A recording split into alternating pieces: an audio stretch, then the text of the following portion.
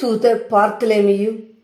புனிதர் பார்த்தலமேயு 1ஆம் நூற்றாண்டில் வாழ்ந்தவர் ஆவார். யோவான் எழுதிய நற்செய்தியின் 1ஆம் அதிகாரத்திலும் 21ஆம் அதிகாரத்திலும் நத்தனியேல் என்று அடையாளம் காணப்படும் இவர் பிலிப்புவால் கிறிஸ்து இயேசுவுக்கு அறிமுகம் செய்யப்படுகிறார். இவர் இயேசுவின் 12 திருத்தூதர்களில் ஒருவர் ஆவார். இவரின் பெயர் டாலமியின் மகன் எனவும் உலுசால் மகன் எனவும் பொருள்படும். எனவே இதுவே குடும்ப பெயர் என்பார். யோவான் நற்செய்தியில் நத்தனியேல் தம்மிடம் வருவதை இயேசு கண்டு இவர் உண்மையான இஸ்ரேலர், கபடம் மற்றவர் என்று இவரை குறித்து கூறுகிறார். திருத்தூதர் பணிகள் நூலில் இயேசுவின் விண்ணேற்பை கண்டவர்களில் இவரும் ஒருவர்.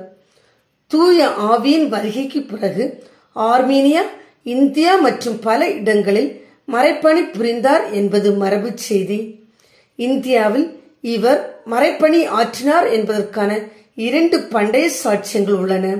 ஒன்று, 4ஆம் நூற்றாண்டின் தொடக்க காலத்தில் இருந்த சரித்திர ஆசிரியரும் 1000 இறையியலாளருமான யூசிபியஸ் ஒருவர் ஆவார். இரண்டாவது, 4ஆம் நூற்றாண்டின் இறுதியில் துறவியும் திருச்சபையின் மறைவல்லுநருமான புனிதர் ஜெரோம் ஆவார். பண்டைய நகரமான கல்யாண் என்று அறியப்பட்ட கொங்கன் கடலோர பகுதியில் உள்ள பம்பாய் பகுதியை புனிதர் பார்த்தலோமின் மறைப்பணிக்கான துறை என்று அருட்தந்தை பெருமலில் மற்றும் மொராசிஸ் கூறுகிறார்கள். இவர் ஆர்மேனியாவில் உள்ள அல்பனோபில்ஸ் என்னும் இடத்தில் உயிரோடு தோலுரிக்கப்பட்டு தலைகீழாக சிலுவையில் அறையப்பட்டு கொல்லப்பட்டதாக கூறப்படுகிறது. இவர் ஆர்மேனிய அரசனான போலிமியஸ் என்பவனை கிறிஸ்தவ மறைக்கு மனமாற்றியதாகவும் இதனால் ஆத்திரமடைந்த அரசனது சகோதரனான அஸ்டாயாஜஸ் பார்த்தலமேயின் மரண தண்டனைக்கு உத்தரவிட்டதாகவும் கூறப்படுகிறது.